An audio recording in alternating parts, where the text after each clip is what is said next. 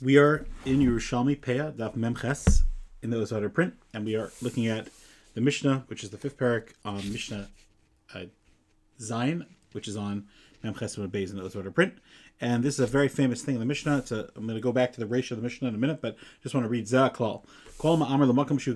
When they would pick the produce of the field, like the grain stalks, so they would put it all into the big pile, and from that big pile it was brought to the threshing floor, and that's where everything happened. But shikha, you can't double up on it, so which makes sense. It's fair to everybody that way. So if there's a stage where you're not bringing it directly to that big pile, then shikha doesn't apply. And if there's a stage afterwards where you forget stuff after it's in that pile, then again shikha doesn't apply. So it's only when it's on its final stage before the threshing floor, yeshlo shikha, that shikha applies. But however, Mimenu legorin, from when you're subsequently gathering it and bringing it to the threshing floor, ein lo shikha anymore, or gemar, or if you put the sheaves somewhere, but that's not its final stage in the process, ein lo shikha once again.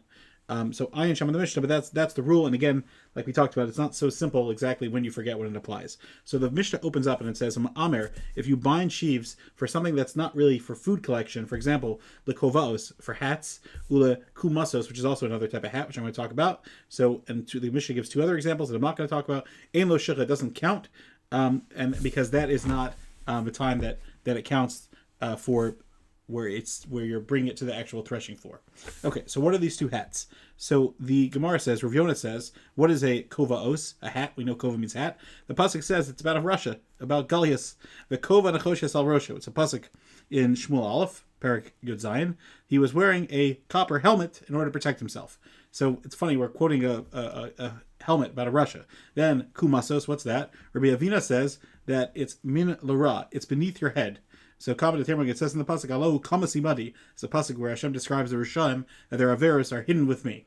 So, so the Mefarshim have two different shatim. The Rash here says that it's referring to a wreath that's worn around the neck. That's why it's called hidden. But the Rush and the Rav, the Bartanura, they both say that it was some type of hat that was sagging downward, as opposed to the first one, which was a hat that went on top of the head.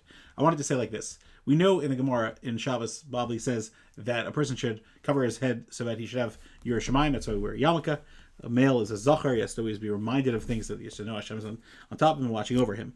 So a hat is supposed to lead to humility, but there are certain times that a person can wear a hat and it can lead to the opposite of humility. What's that? For example, somebody's wearing a haughty hat, a tall one on top of his head, like Gullius. He has to be careful. He's wearing these wreaths in order to adorn himself, or probably a woman's wearing them, or a child, right? The person has to be careful not to become haughty. So that there could be that this is a built-in reminder. But kova nechoshes al rosho, it shouldn't just be a helmet where a person's trying to, forget about Hashem, like Gullius clearly was. He was trying to attack Hashem. That's why David HaMelech fought him, because he was blaspheming Hashem twice a day for Shachar Narvis, like the Gemara in Sota.